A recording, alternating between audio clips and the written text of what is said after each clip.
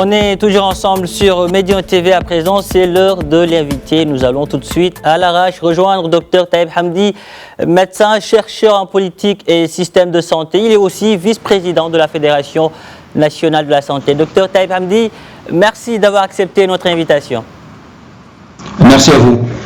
Alors avec vous, nous allons continuer à parler de cette grande initiative royale, le lancement sous peu d'une vaste campagne de vaccination contre le Covid-19. Dr Hamdi, vous êtes tout le temps sur le terrain de la riposte. D'abord, en tant que médecin, quand vous voyez tous ces chiffres qui grimpent au quotidien, qu'est-ce que ça fait d'entendre une telle décision prise par le souverain? Ça vous soulage?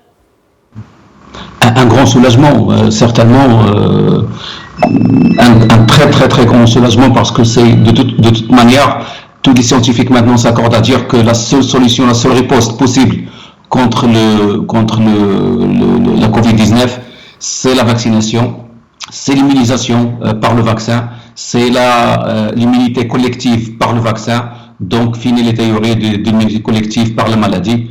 L'OMS, toutes les organisations sanitaires, tous les chercheurs s'accordent maintenant à dire que la réelle riposte contre la pandémie Covid-19, c'est l'immunité par la vaccination. Et donc, une telle info ne peut bien sûr que soulager tout le monde, et la population, et les chercheurs, et la communauté médicale. Aujourd'hui, le Maroc est le premier pays au monde à lancer une campagne de vaccination nationale. J'imagine que c'est une manière pour les autorités de dire aux Marocains, rassurez-vous, nous pouvons aussi nous positionner dans cette course mondiale à l'acquisition de vaccins. Je pense, après les premières mesures précoces qui ont été prises par le Maroc et la réussite totale de la riposte lors de la première phase de la pandémie, je parle du mois de mars, avril, mai, avec toute la logistique, avec tout ce qui a été entrepris comme démarche, et après cette victoire, je pense maintenant en cette deuxième et troisième phase de l'évolution de l'épidémie, malheureusement qui est très inquiétante dans notre pays, comme dans tous les pays du monde, avec la venue de cette deuxième vague, avec ces chiffres en réanimation, ces chiffres de décès, ces nouveaux cas, donc qui risquent de se compliquer encore. Je pense que ça a été intelligemment préparé de mettre le Maroc parmi les... Il faut dire que c'était une course, ce n'est toujours une course contre la pandémie et une course pour avoir le vaccin. Les puissances internationales ont mis de leur poids, de leur argent, de leur économie, de leurs relations, de leur recherche, de leur savoir, de leurs relations internationales pour assurer leur peuple une vaccination dans des délais respectables. Je pense que cette stratégie marocaine, politico-sociale, médicale, qui a permis au Maroc aujourd'hui d'être parmi les premiers pays au monde à assurer une vaccination, une protection pour sa population, je pense oui, c'est un message, c'est un grand message. Dr Taïb Hamdi, cette campagne de vaccination pourrait démarrer sous peu. Comment va-t-elle se dérouler? Justement, c'est pourquoi la réunion a été tenue, présidée par Sa Majesté le Roi en début de semaine. C'est pour lancer. Il faut dire que les préparatifs, ils étaient en cours depuis des mois, au niveau du ministère de la Santé, au niveau des autres ministères partenaires de cette riposte. Mais à partir de cette semaine, c'est une préparation avec pour une préparation sur le terrain, des choses qui sont chiffrées, des listes qui seront établies, des points de vaccination qui seront désignés sur le terrain pour pouvoir commencer à faire la vaccination dès le mois de décembre, Inch'Allah. Donc, c'est pour démarrer la vaccination de la population, effectivement, sous quelques semaines. Les listes seront établies par les autorités de santé, par les médecins, par le privé, par les professionnels de santé. D'ailleurs, ces professionnels sont eux-mêmes les premiers à être vaccinés avec tous les intervenants de la première ligne. Je parle ici des sécuritaires, je parle des fonctionnaires qui sont dans la première ligne, je parle du personnel de l'enseignement pour permettre la continuité de l'ouverture de l'école marocaine. Et bien sûr, on va commencer par les personnes vulnérables qui sont les plus à risque pour l'épidémie. Maintenant, concernant l'acquisition de ce sérum, de cette formule magique, le Royaume négocie avec plusieurs laboratoires. Pouvez-vous nous en dire plus? Pourquoi le Maroc a commandé des vaccins à différents laboratoires? Quel en est l'intérêt, justement? Oui, d'ailleurs, le Maroc a bien sûr, c'est normal, il a commandé le vaccin de Sinopharm parce que le Maroc a participé aux essais cliniques dans leur phase finale, la troisième phase du vaccin de Sinopharm qui se sont déroulés dans nos pays ces 2 derniers mois. Donc il était normal que le Maroc commande en premier, que ça fasse partie du contrat d'acquérir des vaccins de Sinopharm. Mais aussi le Maroc, il a fait des commandes auprès d'AstraZeneca. On parle d'un chiffre de 17 millions de doses, avec 3 millions de doses éventuellement, il peut recourir à 3 millions autres de doses, ce qui fait, il faut savoir rappeler qu'une vaccination, c'est 2 injections par personne. Donc, c'est de 8 à 10 millions de personnes à vacciner. Aussi, le Maroc a des négociations avec Pfizer, avec Johnson & Johnson et avec un autre laboratoire chinois. Pourquoi? Il y a 3 raisons. Premièrement, on ne sait pas quel est le vaccin qui va réussir. Donc, c'est normal, il faut faire des commandes sur plusieurs fournisseurs. Deuxièmement, pour avoir une quantité suffisante, il faut diversifier les fournisseurs. Troisièmement, et là c'est un atout scientifique et technique, les vaccins ne se valent pas. Leur degré d'efficacité, leur effet indésirable, leur profil, peut-être il y aurait des différences entre un vaccin et l'autre. Donc le fait qu'un pays dispose de vaccins qui ont des propriétés différentes, ça lui permet d'adapter sa stratégie nationale de vaccination, c'est-à-dire on peut utiliser par exemple ce vaccin avec les personnes âgées, ce vaccin avec les personnes diabétiques, ce vaccin. C'est possible de diversifier les indications si ces indications diffèrent entre un vaccin et un autre. Si les propriétés et le profil des vaccins diffèrent, on va adapter notre stratégie nationale pour proposer tel vaccin pour tel type de population. Voilà. Docteur Hamdi, aujourd'hui, on ne peut pas parler de vaccin sans évoquer le prix. Un vaccin, ça coûte cher. Combien le Royaume va-t-il débourser pour assurer cette campagne de vaccination? Ça n'a pas été révélé, ça n'a pas été dit. Ce qu'on sait maintenant, c'est que ce vaccin, il sera mis à la disposition de la population. Les personnes démunies, ce sera mis à leur disposition d'une manière gracieuse, gratuite. Donc, comme ça a été fait pour d'autres prestations de santé.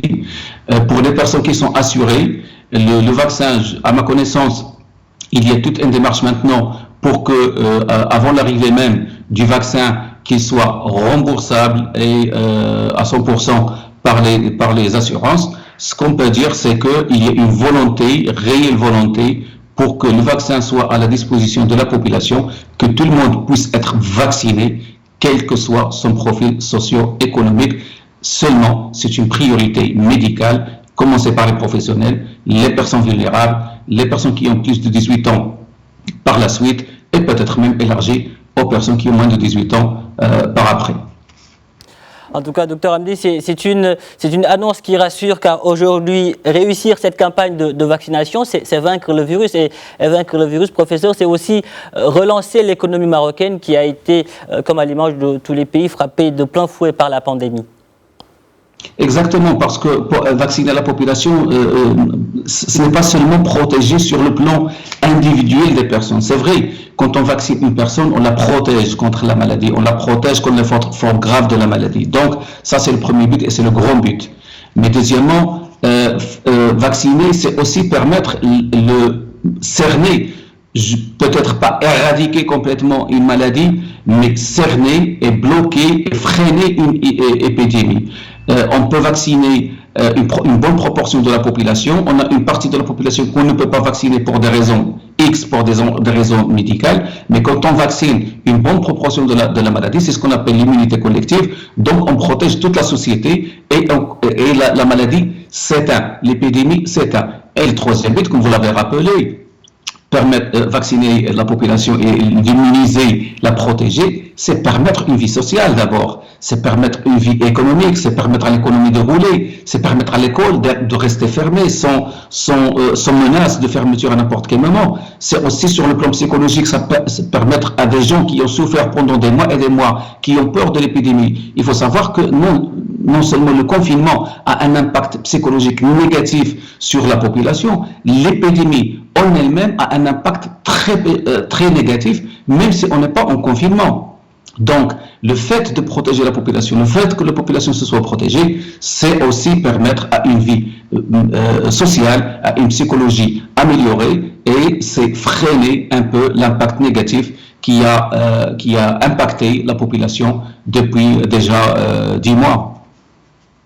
Docteur Taïeb Hamdi, la société pharmaceutique américaine Pfizer et son partenaire allemand BioNTech ont annoncé trouver la formule magique. Ils parlent d'un vaccin efficace à 90%. 90%. Est-ce que cela vous rassure si on sait qu'il y a souvent des effets indésirables durant les phases d'essai cliniques? Oui, il faut rappeler que même pour le vaccin Pfizer et pour le vaccin de Sinopharm, il n'a pas été signalé d'effets indésirables graves. C'est vrai, il y avait une suspension des études des essais cliniques, mais ils n'ont pas été liés à des effets indésirables qui sont graves. Donc c'était des arrêts, des suspens d'études d'essais cliniques. C'est la procédure, ça rassure plus qu'autre chose. Maintenant, oui, les effets indésirables sont de minimes effets indésirables. Je parle par exemple du vaccin de Sinopharm qui a été essayé au Maroc. Ici au Maroc et même dans d'autres pays où il a été essayé ou même où il a été utilisé en tant que vaccin, les effets indésirables sont minimes. C'est un peu de fièvre, des douleurs au point d'injection, peut-être quelques céphalées minimes. Ce sont des effets indésirables qui sont acceptés et acceptables. Maintenant, 90% d'efficacité, oui, c'est une très bonne nouvelle, bien sûr, qui reste à confirmer dans les semaines à venir, mais déjà, cette annonce, ça rassure. Il faut rappeler aussi qu'au début de la pandémie, on disait que la maladie n'est pas immunisante, on ne peut pas avoir un vaccin pour une maladie qui n'est pas immunisante. Non, la maladie est immunisante. Non, la maladie a un vaccin, et elle a des vaccins très efficaces même, Inch'Allah. Dans le monde, les scientifiques espèrent un retour à la normale d'ici au printemps avec 2 ou 3 vaccins contre ce virus qui a chamboulé nos quotidiens. Êtes-vous de cet avis ? Parfaitement, parce que c'est un message à la population aussi. Le fait qu'on va démarrer une vaccination dans les quelques semaines, ça ne veut pas dire qu'on va se débarrasser des mesures barrières dans les quelques semaines à venir. Démarrer une vaccination au mois de décembre, une vaccination, ça demande 2 injections à 3 semaines d'intervalle. Il faut attendre une bonne semaine après la 2e injection pour avoir vraiment la protection et pour avoir le taux des anticorps dans son corps qui sont protecteurs. Donc ça demande 1 mois pour avoir une protection. On ne peut pas vacciner des millions de gens en 1 semaine ou 2 semaines. Il faut attendre aussi l'arrivée d'autres vaccins qui ne sont pas encore disponibles. Donc ça va demander 2-3 mois pour avoir d'autres arrivages de vaccins. Donc toute cette logistique pour pouvoir vacciner une bonne partie de la population qui va assurer l'immunité collective. L'immunité collective aussi, on ne sait pas, est-ce que c'est 70%, 65%, 50%, il y a des études qui diffèrent, mais de toutes les manières, on ne peut pas assurer une immunité collective avant la fin du printemps prochain. Donc, c'est un appel à la population, et merci de me l'avoir rappelé, c'est un appel à la population pour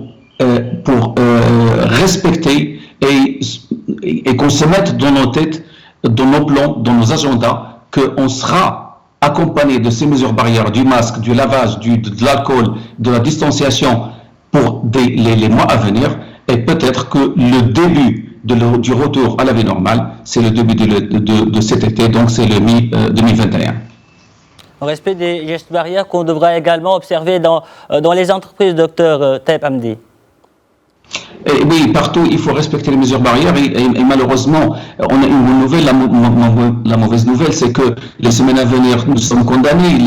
Les chiffres ils vont continuer à grimper. Les décès, malheureusement, vont continuer à augmenter. Il n'y a aucune raison pour que ça baisse, sauf si on respecte les mesures barrières. Chez nous, dans la rue, dans les entreprises. Et je dirais même, et je rappelle même que même le respect des mesures barrières maintenant, dans certaines régions, certaines villes, ils ne sont pas suffisantes. Il faut les respecter, mais il faut faire un peu plus que ces mesures barrières.